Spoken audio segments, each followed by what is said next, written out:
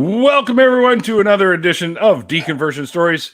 And today I am chatting with Grumpy Old Dude, which acronym spells God, by the way. So do you believe in God? You should. You should.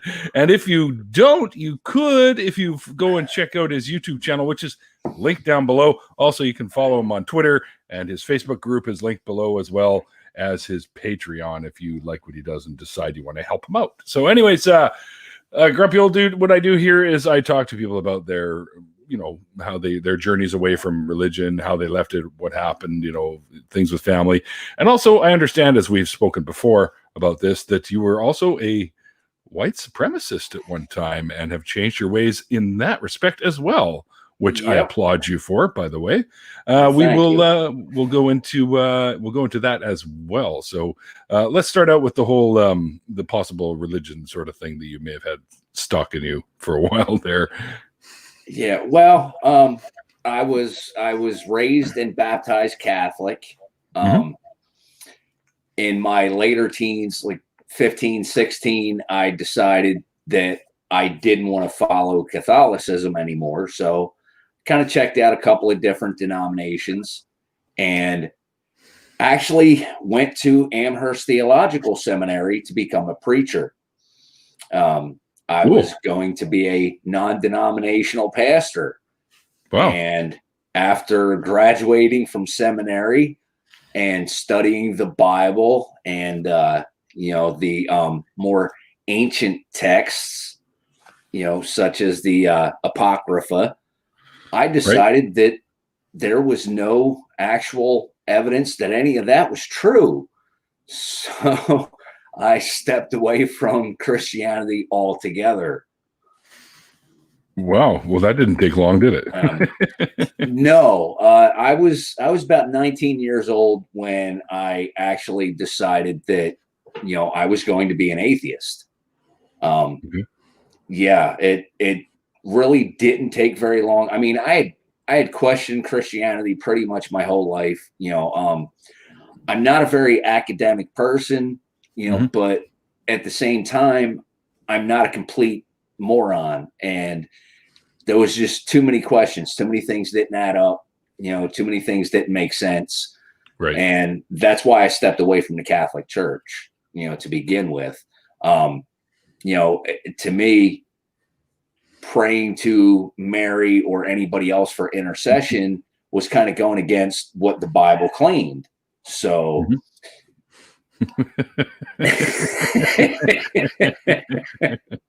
I like it.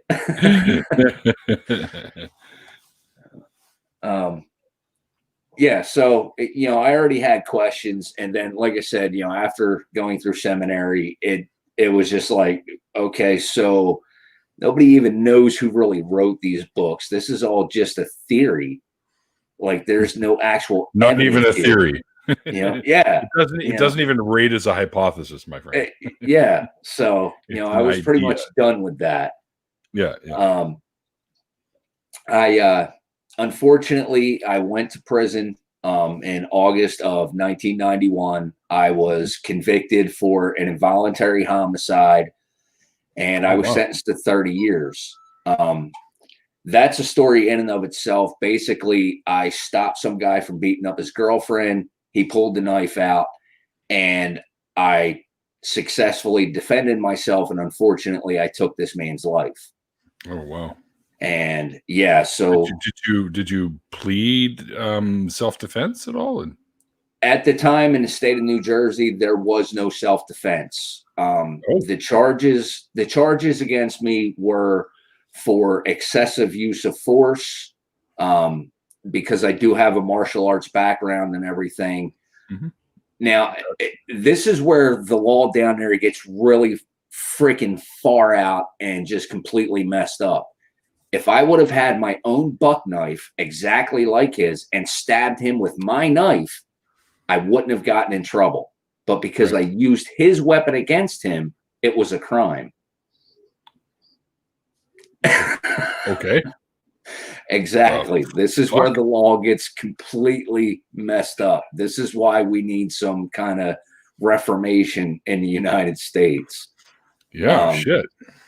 Yeah, I took my case to trial. I was found guilty and I was sentenced to 30 years in prison. I did take my case all the way to the federal courts, and I did finally win an appeal after 12 years, 7 months, and 19 days. Mm. While I was in prison, that's when I was first introduced to white supremacy and a religion called creativity. I practiced. Wait, whoa. Yeah. A religion called Yes. creativity. Okay. Yes. World Church of the Creator. It was founded by Ben Klass in 1973 in Florida. Wow, never heard of it. Well, that's probably because it's a white supremacist religion, and you've never been into that. Nope. Growing up as a Jew, that was kind of not a thing. Though my dad tells a funny story from when he was in college. It was him, a couple of his buddies who were Roman Catholics, and a black fella that were traveling across the state line to get some beer because it was during the dry period in Florida, because he went to Florida High, I think, or some shit like that. But anyway, and they saw a bunch of dudes out there with the white coats burning crosses. Mm. And they're kind of like, okay, we're turning around and going the other fucking way. and they did. Yeah. So it's not really a funny story. It's more like a scary story. But anyway. A little bit. Yeah. Creativity is an anomaly in the atheist, community, because they are atheists. They do not believe in any God or gods. They view themselves as the most anti-Christian religion in the world because, according to them, Christianity is a Jewish religion that was concocted to bring down the white race. Right. Okay. And they claim that their race is their religion. That sounds weird, man. It's very weird, and I could come up with so many different excuses for why I self-indoctrinated into this religion and had other people indoctrinate me into this religion. Honestly, though, the only thing I can say is I was mad at the world. I was in prison for self-defense, basically. And, I had a lot of different ideologies coming at me at once. And some of those were racist groups like the Nation of Islam, Black Hebrew Israelites, the 5% Nation of Gods and Earths, who are racist against white people. Mm-hmm. And I had never really seen any of that where I grew up. I didn't have those kind of interactions until I got to prison. And then I realized, like, well, wait a minute. How are you going to tell me I'm racist when you're sitting there being racist towards me? Mm. And, along with getting into this religion, I did start to get pulled into the neo-Nazi skinhead scene. And I started I was one of the founding members of a prison gang known as State Prison Skinheads. I later learned, of course, that that's really not what skinheads had started from. They were not racist. Traditional skinheads do not believe in racism or anything like that. Okay. When they were first emerging in the UK, there were, Jamaican skinheads and Western Caribbean skinheads, and they listened to things like two-tone and reggae. And, that just kind of blew my mind when I found that out. I was like, well, hell, I did this for 20 years and this isn't even what it was meant to be. Damn it. 20 years down the drain. Yeah. And I hate being lied to, yeah, of course. I'm a whole lot of things. Like I can be a real dick. I can. I got a chip on my shoulder. That's one of the reasons why I came up with grumpy old dude, because I don't hold back on anybody. I don't care who you are, who you think you are, or where you think you come from. It doesn't mean shit to me. Right. You know, and I'm dead balls honest. So if somebody lies to me, well, that's a deal breaker, you know. And the whole thing with creativity, I practiced this religion for 8 years. Hang on, one quick sec there. Dead balls, really? I'm a Jersey boy. We come up with some crazy shit. I don't know what to tell you. Well, I just felt a really uncomfortable twinge there when you said that. So. I may not be using them, but they're not dead. Anyway, so go ahead.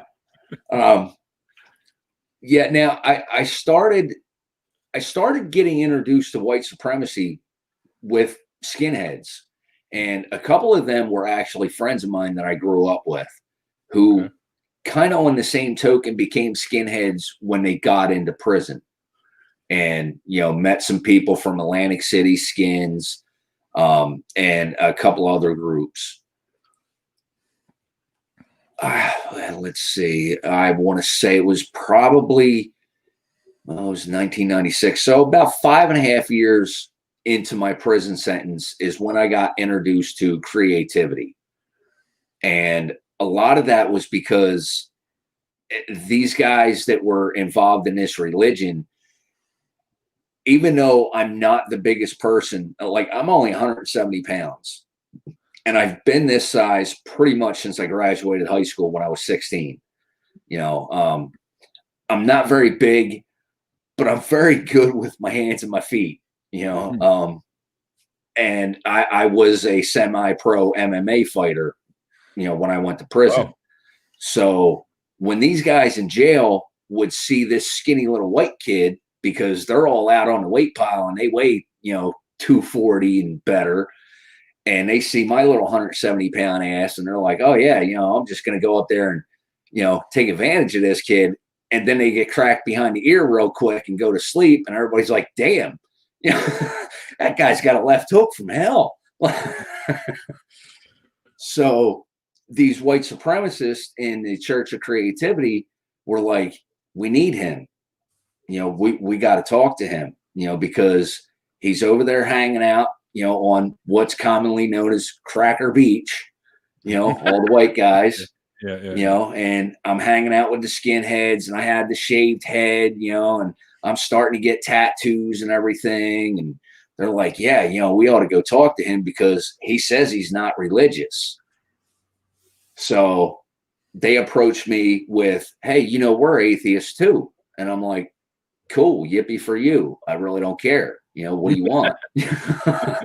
This is prison. I'm not really here to make friends except for the ones I already have. And they started talking to me about their religion and telling me that it was an atheist religion. And they had this, this diet that they follow to stay healthy, and they have a workout routine, and they're all about fighting, against racism. And I'm like, well, wait a minute, you just told me your religion is based on the white race. And they're like, well, yeah, if you look at all these different things, everybody in the world, starting with the Zionists, is trying to eradicate the white race. Mm-hmm. And I got sucked in. I can't even lie. I was young. I was still pretty impressionable. Yeah. And like I said, I was mad at the world. And you want to fit in too. When you're in prison, you want to fit in with as many people as you can. Just almost like for safety's sake. To an extent. Yeah, to an extent. Sometimes that's not always a good idea, believe it or not, especially in prisons that I was in, Trenton State and Rahway State Prison, or I guess I should give the actual legal names.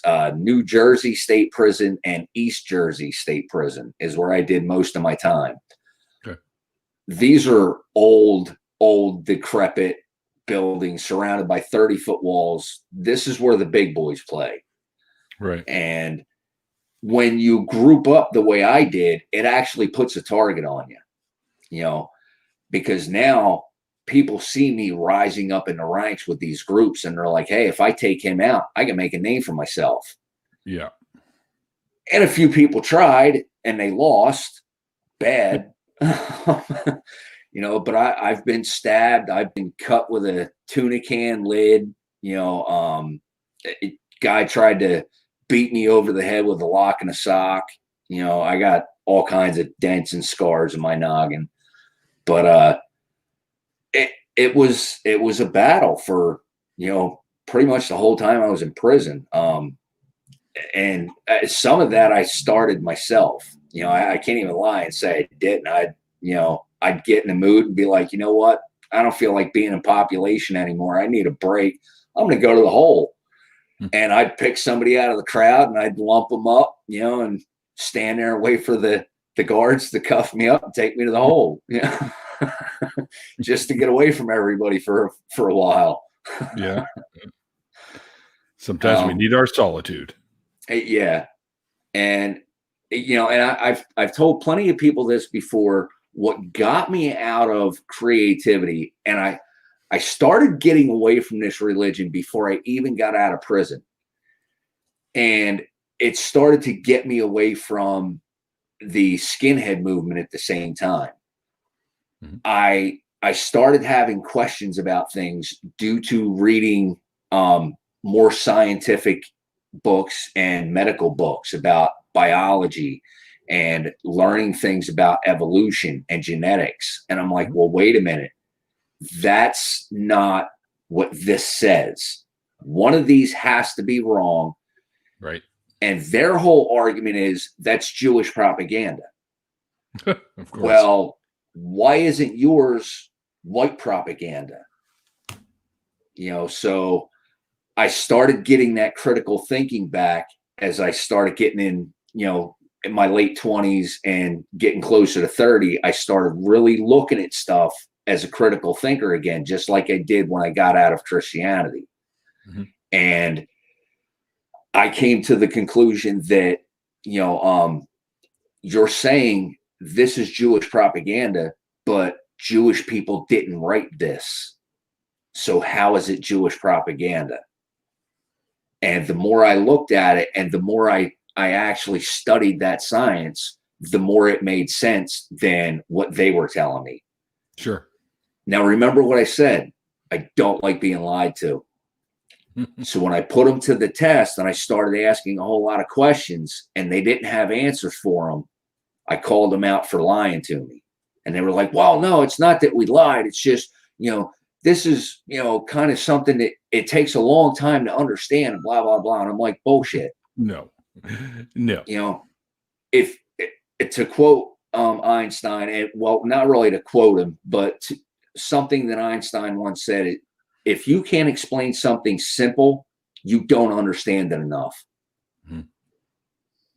You can't explain a simple concept to me like evolution because you don't understand it. So you come up with this far-fetched propaganda bullshit and you got people hating each other for no other reason than to hate. And I'm done. And mm-hmm. that was the beginning of the end for my white supremacy days. Now I didn't officially leave the church until I did get out of prison. And a lot of that was for many different reasons. One of the biggest reasons was a black man that my father had served in the military with. And we started working together and we had a lot of really in-depth conversations. Mm-hmm. And I finally came out and admitted to him that I had become a skinhead and everything while I was in prison. And he asked me why. And I couldn't give him an honest answer. Right. And that was my turning point. That was my wake-up call. I couldn't honestly answer him why I did that. Right. It's funny because you end up like when I was growing up, there weren't a lot of different branches of the human species around. It was pretty much, there was an Indian family around, and I mean from India. In the neighborhood, there was a black family in the neighborhood, and a Croatian family. Like there was a few things here, but most of them were your standard fucking North American whiteys kind of thing, right? So I didn't have a lot, albeit there was a Chinese family in the neighborhood, and one of my best friends was Chinese. So, but I grew up, and there were some people in the neighborhood that were quite racist, we'll say, and there was a lot of issues with that sort of thing. So I grew up seeing a lot of that, and the entire time I'm like, why is this? Like, why do people do this? Like, I don't get it. Yeah. Even back then, I knew that, sure, we might all be a little bit different depending on where we are on the globe, but really we're all humans. Like there's one race, the human race. And like every other species, we come in a variety, right? So, and I always sort of have thought that way. So the whole one being better than the other always struck me as just bizarre. So, yeah. Yeah. Plus, when you're talking with someone, then you have that realization that, yeah, they're just humans like me.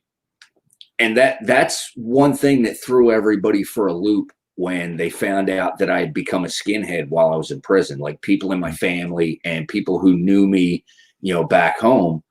One of my best friends was a black man. We literally grew up together.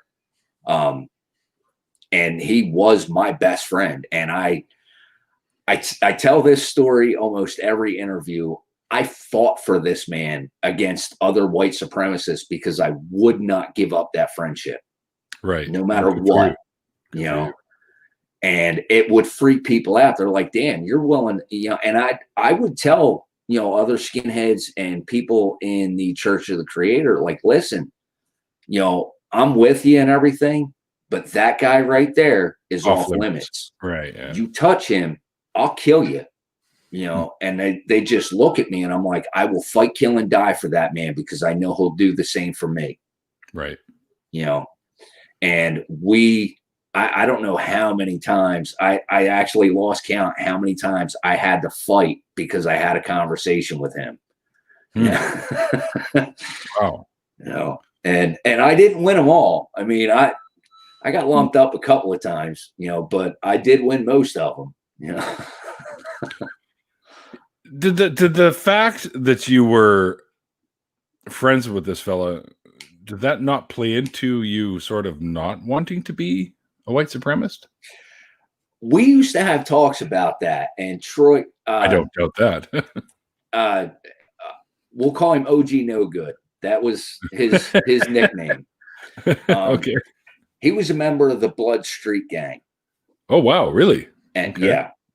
So we both kind of went down this path of extremism, and we would sit and we'd talk about it. And he would ask me like, man, why are you hanging with them fools?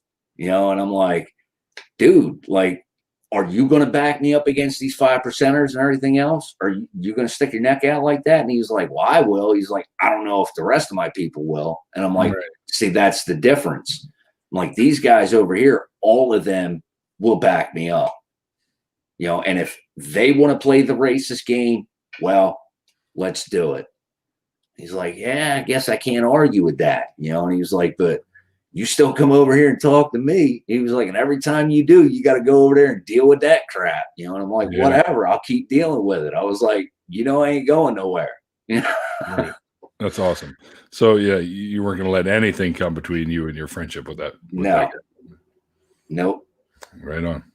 Not at all. And it was, I don't know, it was just a weird conundrum. I mean, prison is a world of its own, and there are so many different intricacies that people don't understand.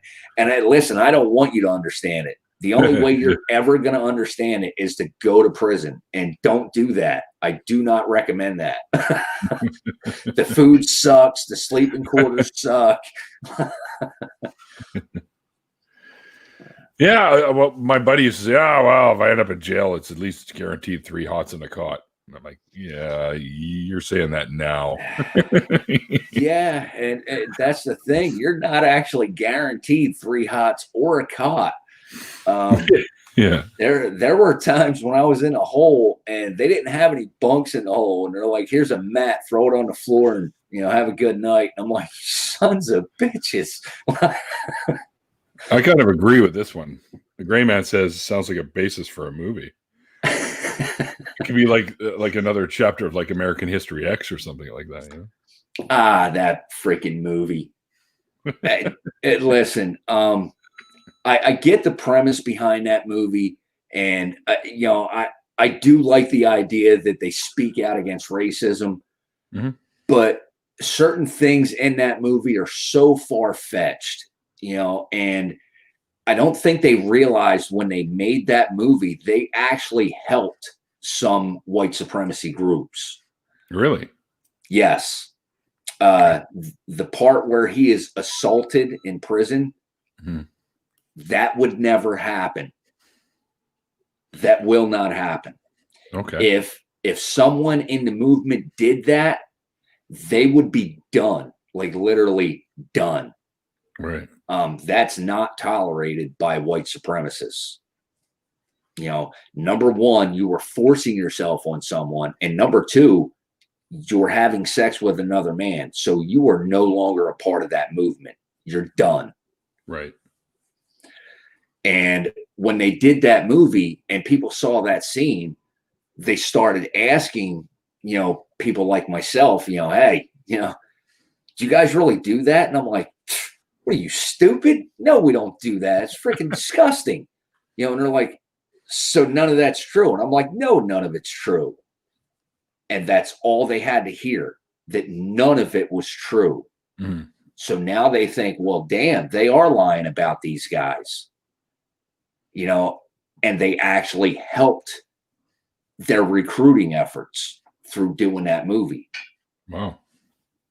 It's kind of a shame. Like if they would have stuck with everything but that part, if they would have just had that guy, beat up really bad or whatever, it would have turned out a whole lot better. Yep. Yeah, the gang system definitely is a really interesting sociology problem. I don't really know how we can overcome that except through prison reform. Yep. That's about it. We have to make things in our prison system, at least here in the U.S. I don't know about other parts of the world, but here in the U.S., we have to give guys some kind of hope at a better life when they get out. Because right now, if you go to prison here, your life's pretty much done. You're going to struggle forever. You find you have problems still to this day? Oh, yeah. I haven't been convicted of a crime since now. Technically, I wasn't convicted until 1992, but it shows up on my record that I was convicted for a crime on August 21st, 1991, was my last arrest and conviction. I still can't get a job at Walmart or Dollar General or, a whole lot of places for a conviction from 1991. Wow. Like, that's ridiculous. Something needs to change. If you're going to hold that over my head for the rest of my life, then why shouldn't I just go out and keep committing crimes? Right. Other than the fact that I have better morals than that.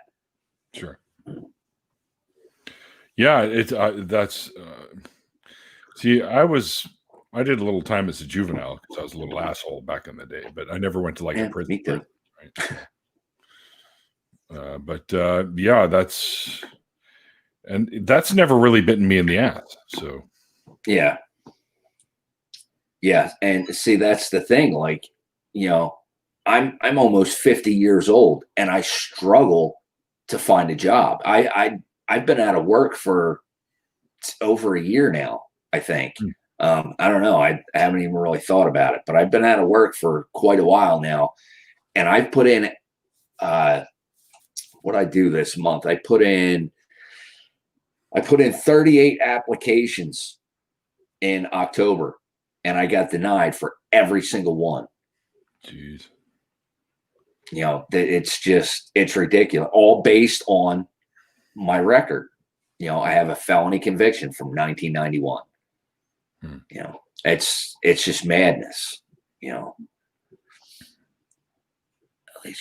Factions among prisoners. That's actually a good question. Some of the guards that I met in New Jersey State Prison are racist in their own right. You have some guards that will, kind of look out for the white guys, but you also have some of the, black guards that when they're out in real life and they're not wearing their prison uniform, they are members of Nation of Islam or some other group like that. And they will look out for their own, and they will treat, the other prisoners according to their own beliefs. Like, guards are people. Just because they put that uniform on doesn't mean they have some kind of higher moral code or anything like that. They're still people, and not all of them follow the rules. Right. See, he can smoke inside, and I can't smoke inside. So right now I'm like, sorry. Don't be. It's all right. Back to creativity. One of the other things that did get me to start turning away from that was they pushed this, really moral code, and they have this strict diet that they call salubrious living. You're not supposed to eat anything, that's processed. It's no meat, really? Oh yeah. Like it's actually a very healthy diet. It's mostly uncooked, except that most food that we eat is processed one way or another. Right. Except if you buy fresh fruits, vegetables, nuts, and grains, they're still processed. They go through a process. Well, people understand what processed foods actually are. If you're talking about like man-made stuff like Ritz crackers and stuff like that, that's a little different. But all foods go through a process before they hit the stores. Well, and that's the thing. I mean, what I'm saying processed, like different like Velveeta cheese or whatever. You don't eat anything like that. You don't eat any meat, chicken. They do eat some fish, but it's mostly raw fruits, grains, nuts, vegetables. And like I said, vegan. It is a very healthy diet, and they have a strict workout routine and things like that, But then I started noticing that, now in prison, they do give you a pass in prison on the diet part because you're not getting that stuff behind the wall. Like, you got to have a whole lot of money to support that kind of diet when you're in prison. So you do kind of get a pass on that, and I started noticing though that not all of these people follow through with the workout routine. Not all of these people, adhere to all the tenets of this religion. They're still out there drinking, or they're smoking, or they're getting high or whatever. And they're like, it's all right. I'll fast for a couple of months and get it out of my system. And it's like, hey, listen, if you're going to follow a religion, you follow it. Oh yeah. Yeah. That's crazy. Yeah. Fasting for a couple of months. Like how do you even do that? Well, and not complete fasting, but they would go on, just a juice diet for a couple of days, and then just eat certain foods for a couple of days, and they would cut out all the excess goodies that they've been having or whatever, and they'd clean their system, they'd detox, And I'm like, Yeah. whatever. Like, you guys are just as bad as Christians. Like, oh, I'm going to do this, but then I'm going to go pray for forgiveness. Like, come on, man, get out of here with that. Yeah. I wonder if they know that you can't actually detox. That's not a thing. Yeah. Well, I know that now, when I was, but back then, like, I didn't know anything about any of that. I grew up eating meat and potatoes, Yeah. And Sure, well, a lot of Italian dishes because, my family's pretty much all Italians, but, and lately I found out my wife and I, we did some DNA tests, and I'm actually 14.5% West Asian around Iraq and Iran area. So take that, white supremacists.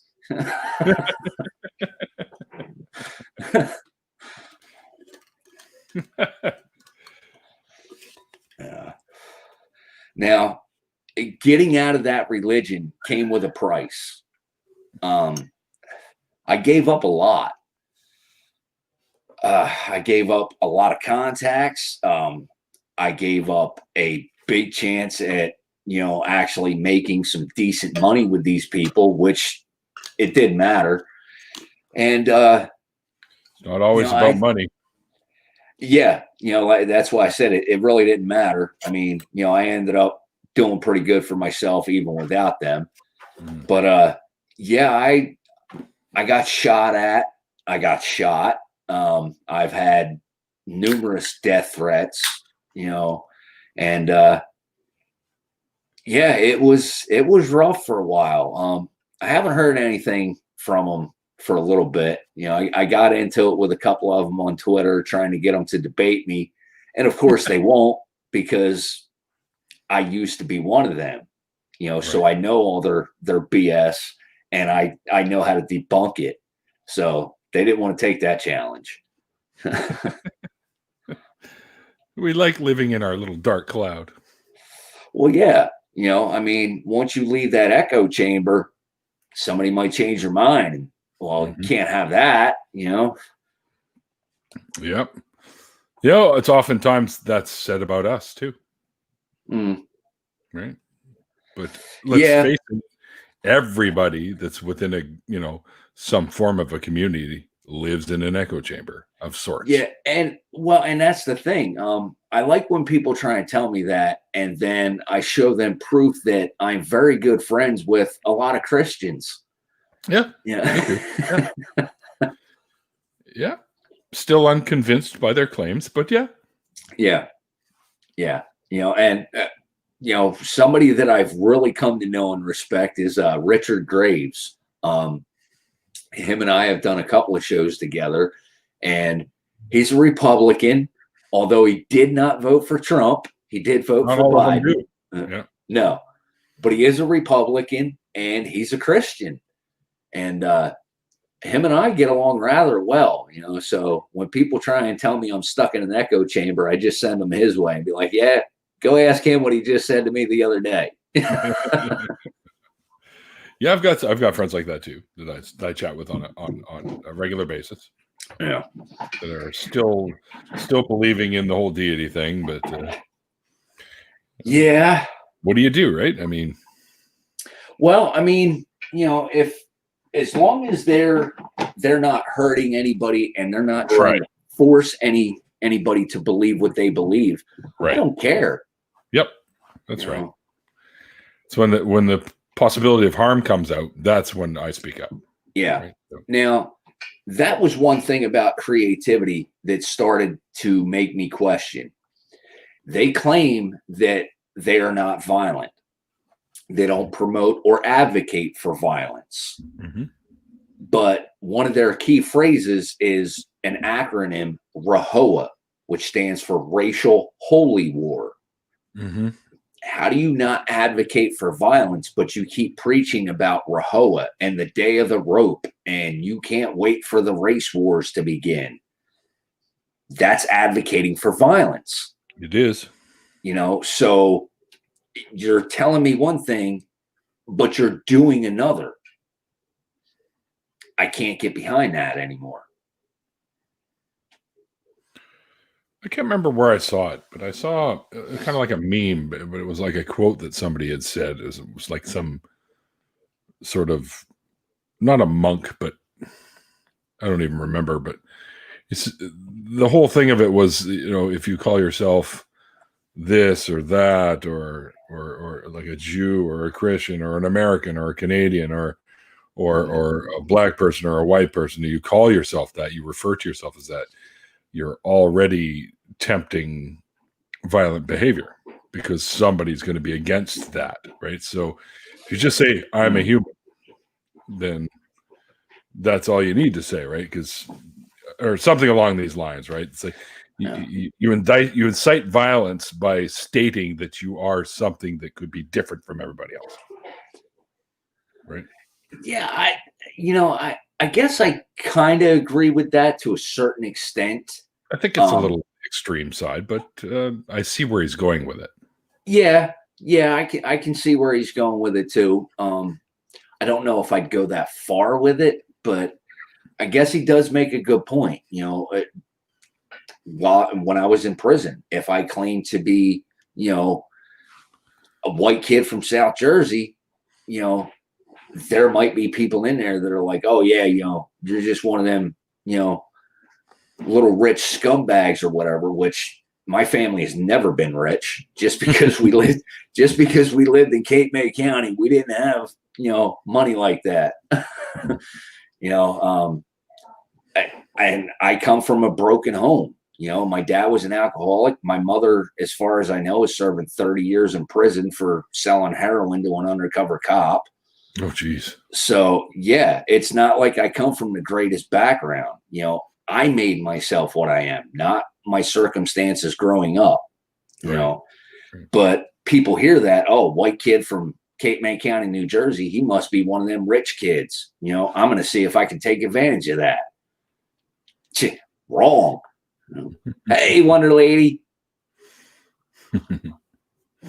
That's a fellow Jerseyite. Is that what you call yourselves? Jerseyites? Jerseyites, weirdos from the shore, whatever. Jerseysians. Yeah. That's the one you might trip over. Hello, Faye. Nice to see you as usual. Yeah. Her and my wife Amber hang out pretty much every Saturday. They Really? have their girls' night in. Oh, really? Yeah. Very good. Even during this pandemic? Yeah. Well, yeah, they have a show called Girls' Night In. Oh. Yeah. Well, I'll have a little sign here up on the wall. I'll put this up there for Amber, so it says Mrs. Grumpy Old Dude, and they'll do their little live stream every Saturday. That's hysterical. What was Grumpy Old Dude your legal last name now? I don't know. I think Amber would kill me if it was. I'm not changing my name to that. Yeah. Yeah. Now, I have to be honest. My wife has definitely helped me through the past couple of years to not start picking up extremist ideas again. There have been. Do you think you're susceptible to them? Sometimes.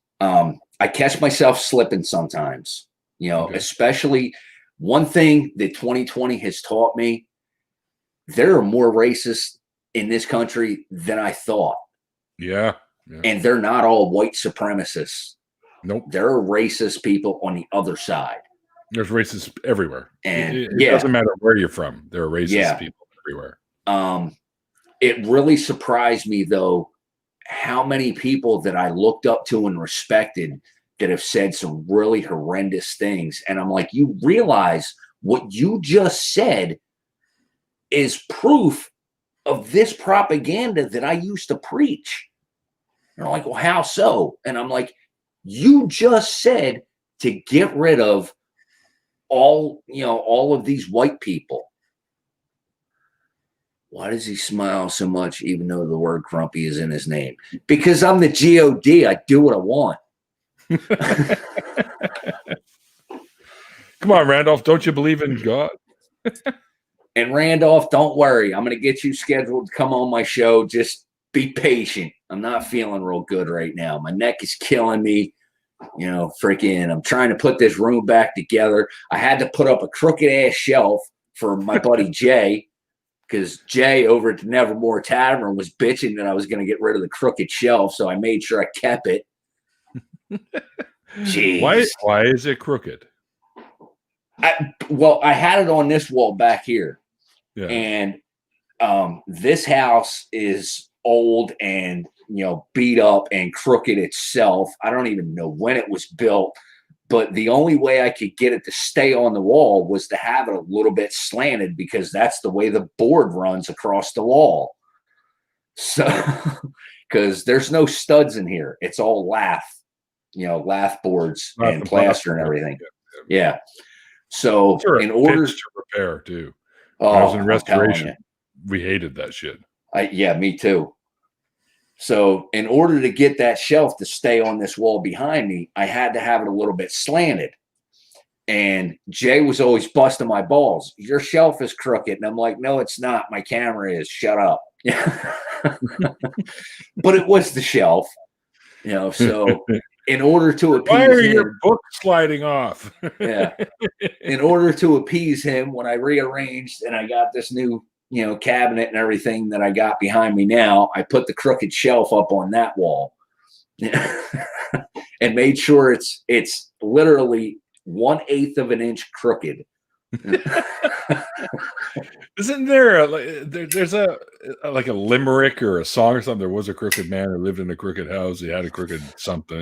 Yeah, something like that. Yeah. Yeah, I can't remember that. Robert X says, "You're not that grumpy at all, but I might be biased." Yeah, I know. Most of the time when I come on and do interviews and stuff like that, I'm not really that grumpy, but every now and then I will go on a rant and do a live stream, and it gets bit. None of those are ever going to be monetized. I've seen something. No, they probably won't be.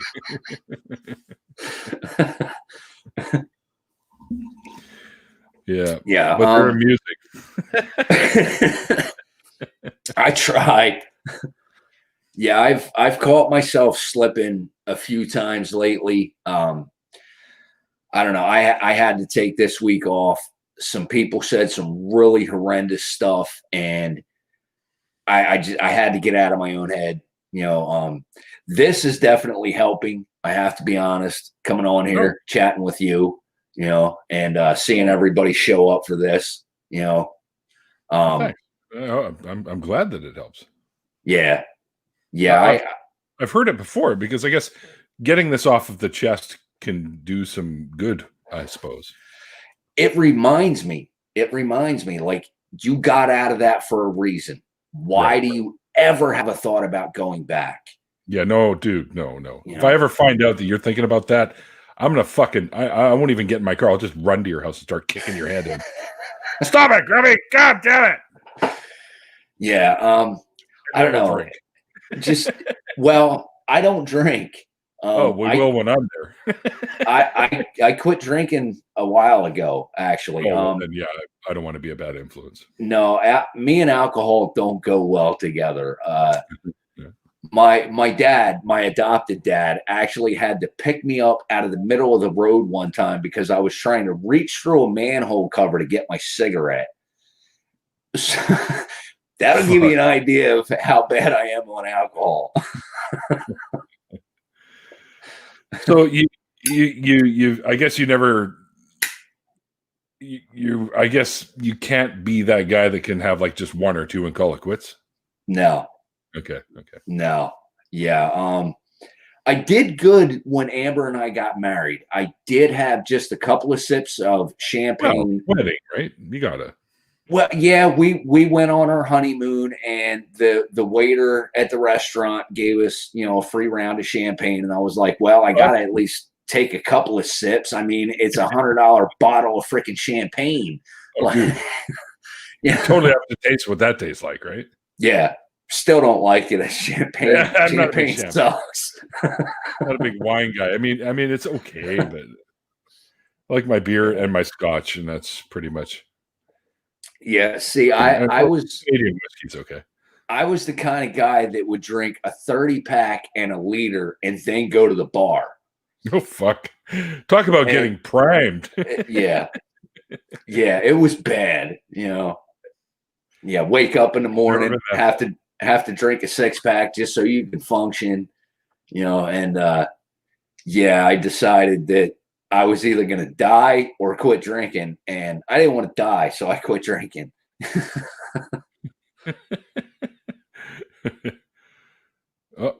Hugs to grumpy old dude from an old bitch. There you go. Oh, thanks, Vesta, you're not a bitch. Come on. And I must be a fan or stupid or both. Being here at 2 a.m., but he's still 4 hours of sleep. You can still get 4. You know what? I'll tell you what, Robert, that's usually my average, between 4 and 5 hours a night, because I can't fall asleep. And then, like clockwork, even when it's a weekend, I still get up at like 4 something. So, but on the weekend, I go back to sleep. Yeah, I usually get up about 5 a.m. Every day. Sometimes earlier, depends. That's just like that's what people do. Yeah, I just turned 54, and I just keep that 60 keeps getting closer and closer. I have to be honest. I never thought I'd live this long. Me either. I honestly thought I'd definitely be dead by now. There's a couple of times I should have been, but me too. I got lucky. Yep, that's precisely what it is. A lot of people might say, "Oh, well, God didn't. It wasn't time," and I'm like, "Fuck off with that bullshit." I got lucky. That's exactly what it was. I got lucky. Yeah, pretty much. Two incidences that I absolutely should have died. When I was a kid, I was about 18, 19, 18, somewhere in there, and we decided we were going to make some pipe bombs. So we said, we got some pipes, screwed the ends together. We, the saltpeter, the charcoal, the sulfur, and combined it. We crushed it ourselves and combined it all, stuffed it in the pipe. We had a battery. You attach the things to the battery and blow it up. Well, one of the pipe bombs lit caps. We stuck it between rocks, and like idiots, we had one of the caps facing our direction. And we blow this thing up, and this fucking cap went right. I was literally about a foot away from my buddy, and the cap went right between our heads. Could you hear it? We were like, as soon as it blew up, we were like, because it whistled right through. Both went, oh my God. And we thought we were both going to die right there. And one of us would have. And then the other time was we were driving into the Okanagan, which is a valley here in BC, which has like Osoyoos and Kamloops and Summerland, where Godless Mom lives, and my dad, my biological dad. And all of a sudden we're on a road, and there was this valley where the road was going through this valley, and we left at night. So we were just sunrise was coming up. It's the middle of summer. And all of a sudden the sun came up right in that fucking V slot right there, and it hit there, and it went blinding white light, and I could not see anything. So I slowly started to edge off the road, just a little bit. A few minutes later, when this blinding light disappeared, I noticed, I'm like, oh my God, where's the road? Because in front of me was nothing but, I was on, the fucking tires were that far from the edge of a cliff. We almost drove right off. So that's twice that I should be dead. Yeah, the one time I should have been dead is when I fell off a house. I was framing a house down in Cape May, New Jersey, and luckily we were on the beach because I fell from tool belt on, and I broke my everything. I broke my every bone. Yeah, that's why my neck is hurting so bad right now, because I broke a couple of vertebrae in my neck, a couple in my back. I shattered my pelvis. Oh, landed so hard on my back, when my head hit the ground, I actually fractured my jaw on both sides just from the impact. And yeah, I was I was messed up for a while. That one should have killed me. And the doctors even told me if I wouldn't have landed on beach sand, if it would have been hard packed dirt, I'd never got up. Wow. Be like a fucking vegetable or something, I guess. Eh? I probably would have been dead. They said a fall like that would have killed me. Yeah, beach sand saved me. Robert, I don't know what you're talking about. Canadians know what sleep is. I love to sleep. I just don't get enough of it. That's the problem. You know, I'll be trying to go to bed at night, and then all of a sudden, oh fuck, I missed that episode of The Mandalorian. I turned the TV on and fucking watched a TV show for an hour because I'm dumb. Yeah. I'm at that point where, you know, I'll go to sleep for a couple hours, get up, have to go pee, you know, go back to sleep. Yeah. I wonder why that is. I don't know. I can't figure it out. I only drink like 3.5, 4 pots of coffee every day. Yes, I'm a big coffee drinker too. Yeah, I mean, listen. That's what I keep doing. I got my coffee pot set up right here. Just reach right back there, get me some Death Wish, you know, or no, Biohazard now. I'm drinking Biohazard now. What company makes that?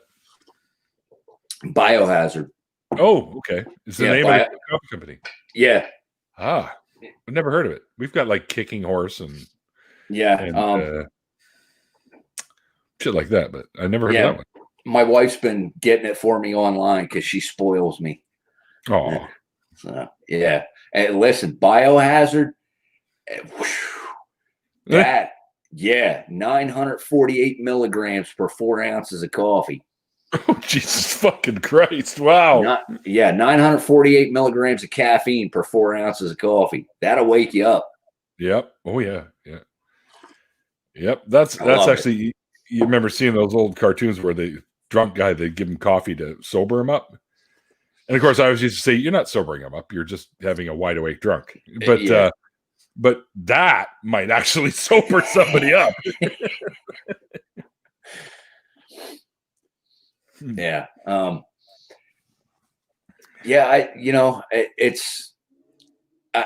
got out of that stuff.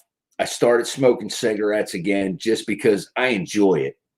You know, I started drinking coffee again because I enjoy it, you know, and I came to realize something, that I missed out on so much when I got myself indoctrinated into that mindset. Right. You know, life's too short. Just have fun. You know, be who you are. Don't be, you know, you don't have to be this person that, you know, I'm going to go out and I'm going to conquer everything. No, like, it's not worth it. I wonder which one of us he's referring to. Yeah, who you talking about, Gary? You talking about me with that Jersey boy Dago accent? Coffee. It's coffee. You want some coffee? And I'm just starting to sound like a Muppet. What? Coffee? No, that's Pete the Puma. How many laps? Yeah, a lot of laps.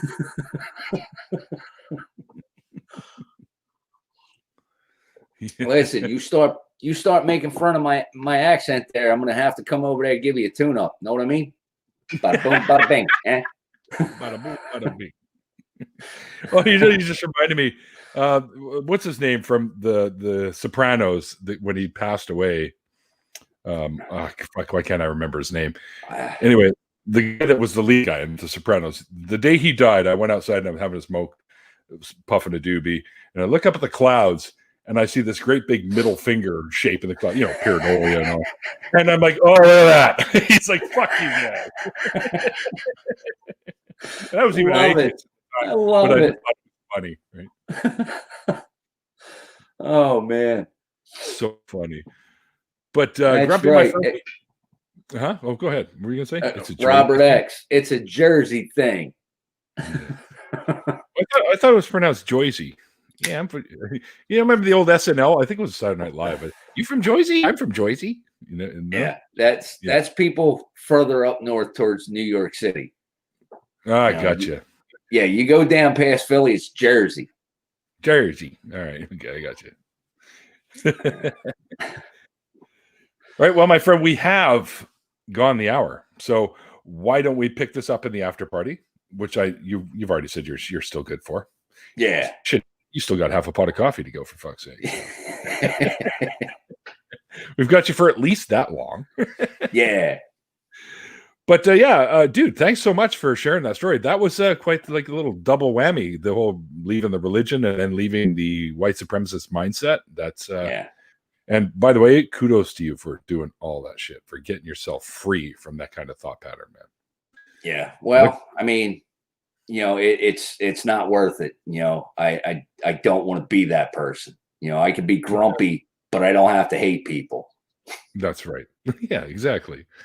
I even have my grumpy days too. Some might argue, but I do. I have those days where I'm like, get the fuck away from me.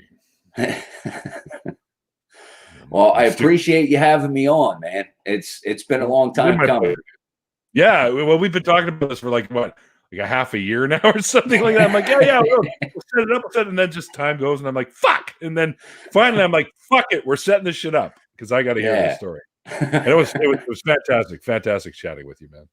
So we'll do the after party, and guys, if you're into, or you would like to, I should say, if you're into after parties, but if you want to come and join Grumpy and myself, you can let me know through either Twitter or Facebook. If you're not on Twitter, just shoot me a message and I'll send you a link, and you're welcome to join us for the after party. Probably go about an hour and a half or so. So that's usually my time, because normally I've got shit else that I do here too. So anyways, but with this whole COVID thing going on right now, guys, remember to be well and be safe, and above all, be kind. And if you do dig what I have to do here, or what I do here, there are multiple ways you can help the show out. I have links below to do just that. You can become a Patreon. You can also become a Patreon of Grumpy's if you like his stuff on his channel, which I have also linked below. There's also a link to the after party. If you don't want to jump in, you can come and hang out with us anyways. And I really hope it looks good for Biden, man. So far anyway. But we might get some of that Trump shenanigans that could turn everything around. Let's just hope not. I just want to remind everybody, wear a mask. Yeah, I love those things. Those are great. Yeah, people. I got to find my mask. I wore it on Halloween night. It's this one here. My Jack Skellington. Nice. So. And last thing before we go, I want everybody to remember this symbol that I made up on my wall, that H. Is that what that is? It's an H. From here, it looks like a 69. I'll be honest. Like a 6 and a 9. It's an H, and it has, of course, all the colors in there, because it doesn't matter what color you are. It doesn't matter what religion you are. It doesn't matter, who you are, where you come from. We are all one human race, and we have to try and do better. Yep, I agree.